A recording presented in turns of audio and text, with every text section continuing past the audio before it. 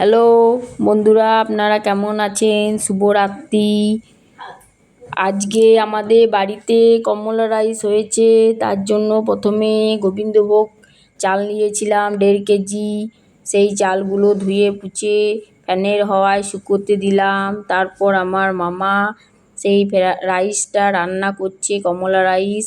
প্রথমে সাদা তেল দিল হাঁড়ির মধ্যে, তারপর কাজু কিশমিশ তেজপাতা সব একে একে তেলে ভেজে নিল।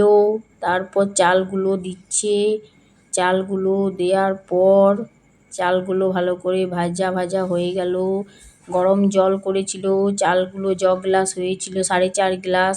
4.5 গ্লাস জলও দিয়ে গরম জল করে নিয়েছিল, সেই জলটা দিচ্ছে। সেই জলটা দিয়ে বাসন্তী রং দিল। বাসন্তী রং দেওয়ার পর তারপর ফুটতে দিল ঢাকা দিয়ে। তারপর কিছুক্ষণ পর আধ ঘন্টা পর নামালো। তারপর পাতা দিল, শাল পাতা ভেতরে বন্ধ করে দিল হাঁড়িটা। তারপর হাঁড়িটা নামিয়ে উনুন থেকে নামিয়ে দিয়ে আগুন দিয়ে ঘুঁটো দিয়ে জাগ দিল। তারপর কিছুক্ষণ পর খুললো, 1 ঘন্টা পর।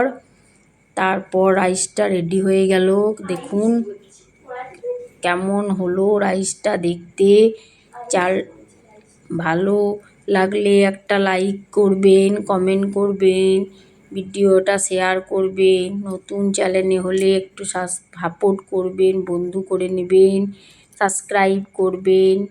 এর সঙ্গে খাসির মাংসও হয়েছিল। মাংসটা আমার ভাই বানিয়েছিল, আমি আগে শর্ট ভিডিওতে দিয়েছি, মাংসর ভিডিও করা হয়নি। চালগুলো ভেজে নিচ্ছে, দেখতে পাচ্ছেন বন্ধুরা।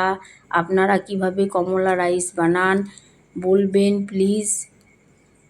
হরে কৃষ্ণ, রাধে রাধে, গুড নাইট, শুভরাত্রি, ভালো থাকবেন। বাসন্তী পোলাও, সরি কমলা রাইস বলে ফেললাম। হরে কৃষ্ণ। হ্যালো বন্ধুরা, এখানে আমরা বাসন্তী পোলাওয়ে চিনিও দিয়েছিল। তারপর মটন ঘি দিয়ে দিয়েছিল নামাবার সময়। ঠিক আছে বন্ধুরা, গুড নাইট, ভালো থাকবেন, সুস্থ থাকবেন, রাধে রাধে। হরে কৃষ্ণ, রাধে রাধে। মাংসটার ভিডিও করা হয়নি কারণ মাংসটার জোগাড়গুলো আমাকে করতে হয়েছিল। পেঁয়াজ কাটা, রসুন কাটা, মশলা বাটা, তেল সব দেওয়া। তার জন্য আমি মাংসর ভিডিও করতে পারিনি, অল্প মতন করেছি, সেটাই ছেড়েছি। দেখুন বন্ধুরা কমলা রাইসটা, বাসন্তী পোলাওটা সরি কেমন হয়েছে। একটুকু ভুল বলে দিচ্ছি, অত অভ্যাস নেই। Tata, bye bye, good night.